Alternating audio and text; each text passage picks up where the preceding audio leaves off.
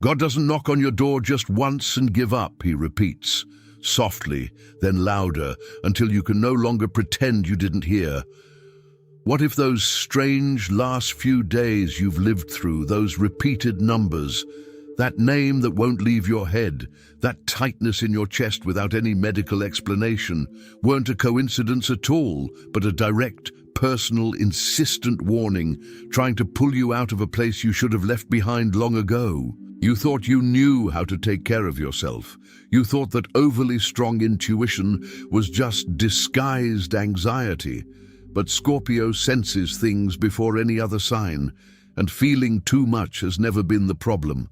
The problem has always been doubting what you feel just to seem reasonable in the eyes of others. By the end of this video, every strange sign you've experienced this week will make sense in a way it never did before. And maybe, for the first time in a long time, you'll stop asking why this is happening to me and start asking, what do I do now that I finally understand? There's a pattern in you, Scorpio, that few can see from the outside. You wait for the sign to become impossible to ignore before acting. You let life keep hitting you, until it hurts enough for you to finally move.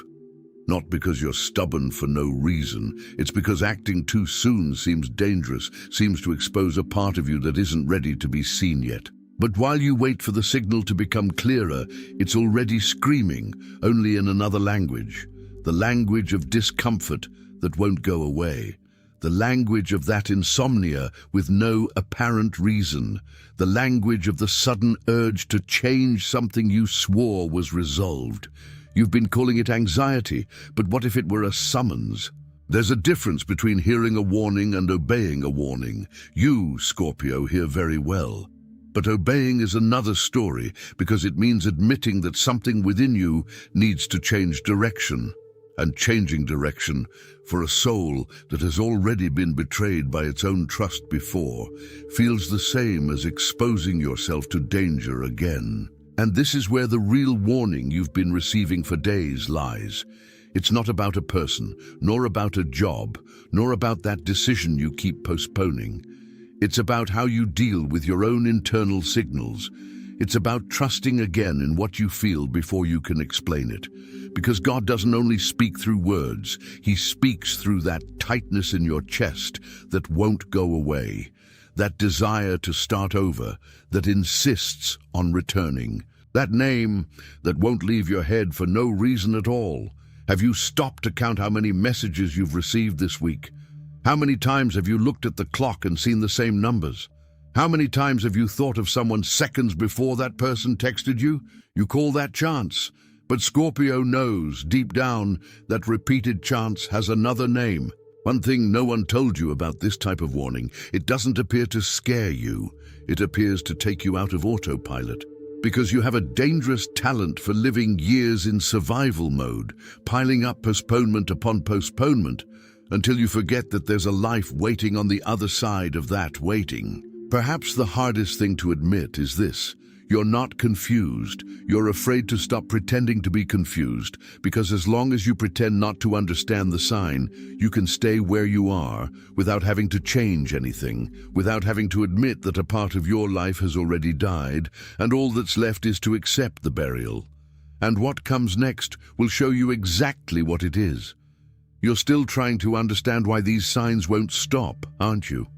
Why now? Why to you? It was while searching for answers to this that I found this digital book, The Divine Path that guides your zodiac sign to a life of purpose. It doesn't come as just another empty self-help promise. It comes as a compass for those who already know how to feel deeply, but haven't yet learned to decipher what they feel. Because Scorpio has never been one to stay on the surface. You were born to dig, to go after the root of every sign, every strange coincidence, every shiver that rises without explanation. This book exists to give a name to what your intuition has already perceived, but that your rational mind still insists on ignoring. Right now, as you listen to this, a part of you recognizes each sign I've mentioned here. You're processing it, turning it over inside, trying to understand if what you felt this week was really a calling. This discomfort that hasn't yet passed is precisely the reason to act now, and not after another month of postponing, another cycle repeating itself in the same way, another warning being swept under the rug. The link is in the first pinned comment, but be aware, this content may be taken down. Click now and download your copy.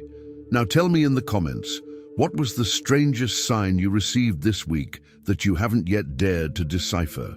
Life rarely shouts right away, it whispers first. And the first whisper usually comes disguised as a silly coincidence. The same time on the clock, 3 times in the same week, 11 and 11, 4 and 4.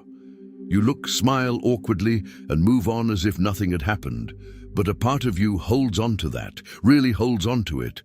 And it's precisely that part that begins to accumulate, like water dammed up behind a dam that still holds, but is already cracking from the inside. Imagine a dam.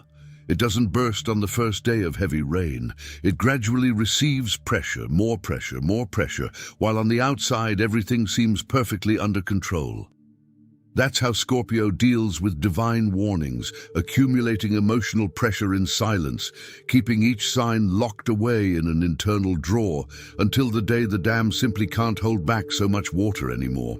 And the engineer who designed that dam knows something you still haven't accepted.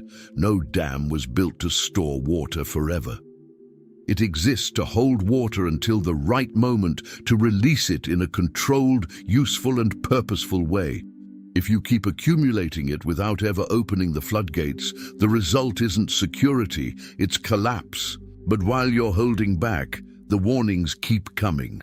A new person enters your life talking about the very situation you've been avoiding discussing with yourself. A post pops up on your screen addressing a topic you swore you'd already overcome. A comment from a stranger seems tailor-made for your week. Have you ever stopped to think about how many times this has happened this month alone? There's a question that bothers me more than it should. Why me? Why do these signs keep knocking on my door? The answer is uncomfortable, but honest. Because you're the type who feels too deeply to pretend you didn't feel anything. More superficial signs let the warning pass by unnoticed, not you. You register every detail, every pattern, every repetition, even while trying to appear indifferent on the outside. Imagine a forge.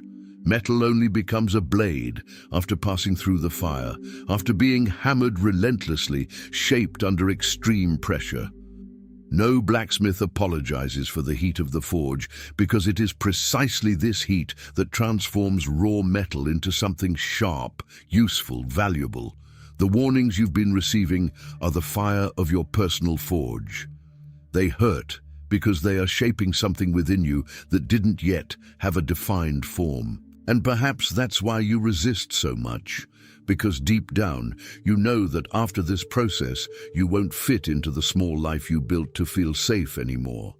Notice that almost every Scorpio, at some point in their life, disappears from a place, a relationship, an old version of themselves without much prior warning to others. This isn't coldness.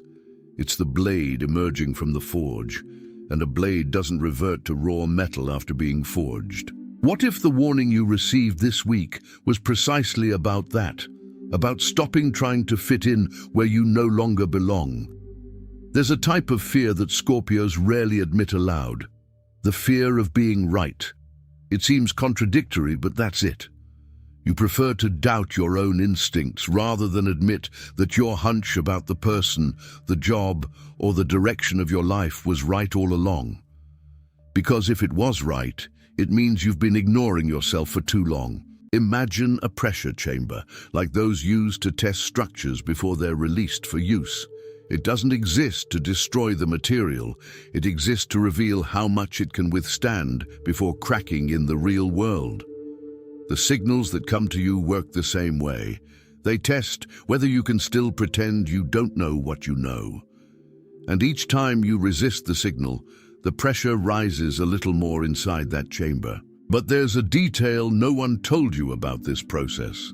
The pressure isn't there to break you, it's there to reveal exactly where the crack is that needs to be repaired before it becomes a bigger problem. And here's the most beautiful paradox of this whole story.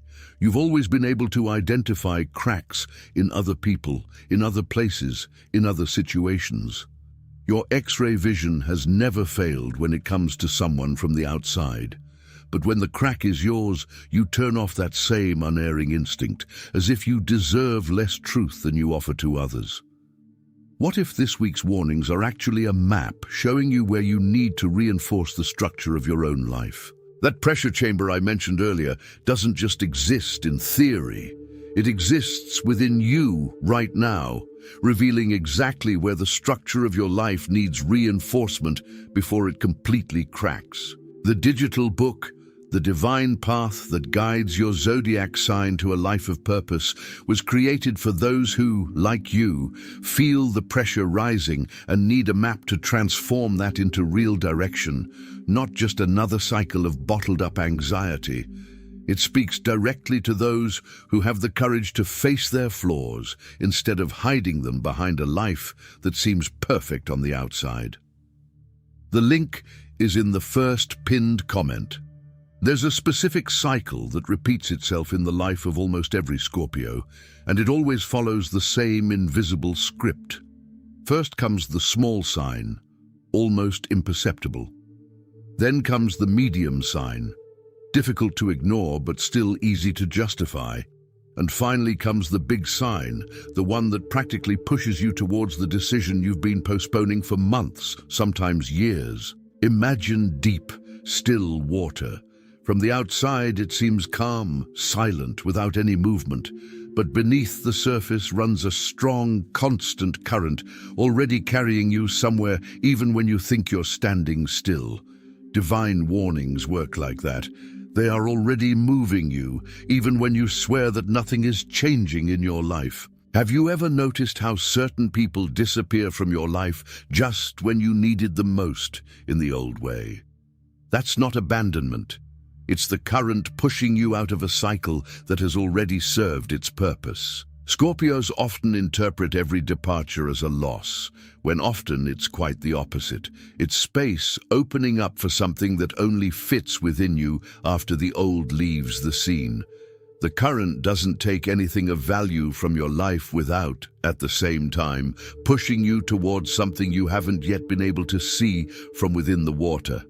And the question remains, will you continue to resist the current, or will you finally stop swimming against it? That current running beneath the still water isn't going to stop pushing you just because you've decided to ignore it a little longer.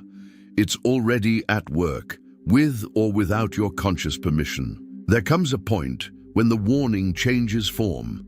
It stops whispering through coincidences and begins to speak through the body itself. That tightness in the chest with no apparent medical reason. That insomnia that arrives along with thoughts you've been avoiding.